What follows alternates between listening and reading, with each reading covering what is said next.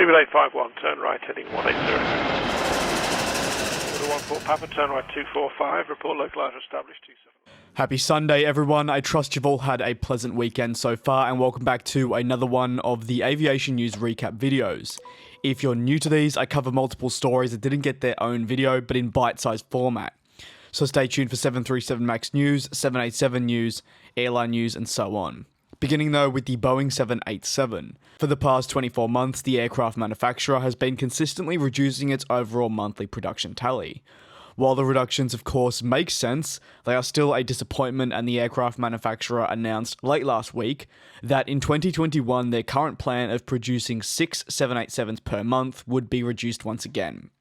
In 2021, they'll produce a total of just 5 per month, down 1 from the original 6. The decision is directly related and a response to the current travel demand, and especially the long-term severe effects the global pandemic has had on the long-haul sector of travel, which is still struggling to see any kind of resurgence. For those curious to better understand just how the pandemic has impacted the aircraft manufacturer in 2019, prior to the current ongoing pandemic, Boeing was producing a total of 14 787s monthly.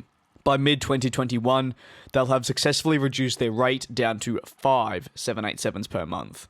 A significant change. While airlines have a considerable amount of 787s still on order, they're not looking at actually taking them on anytime soon, because realistically customers don't want the type to join up, be their responsibility, and then have to ground it because there's not sufficient enough demand to actually fly them with passengers at this point.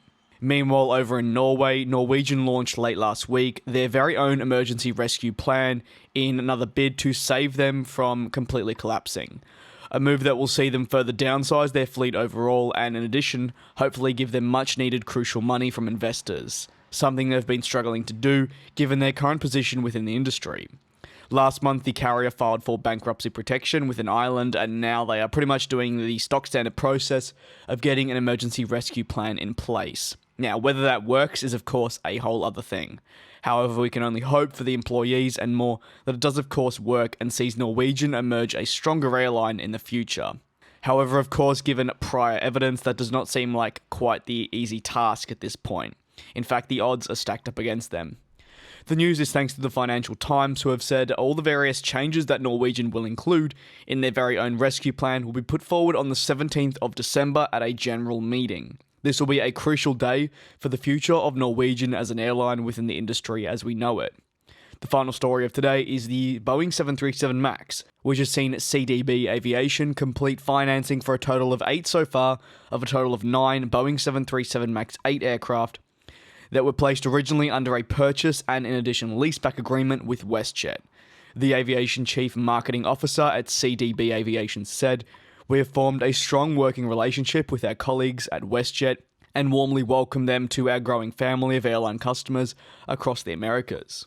If you have any thoughts on the stories that I covered in today's episode, do not hesitate to leave them below. And once again, thanks for the support, take care, stay safe, and I will see you all tomorrow.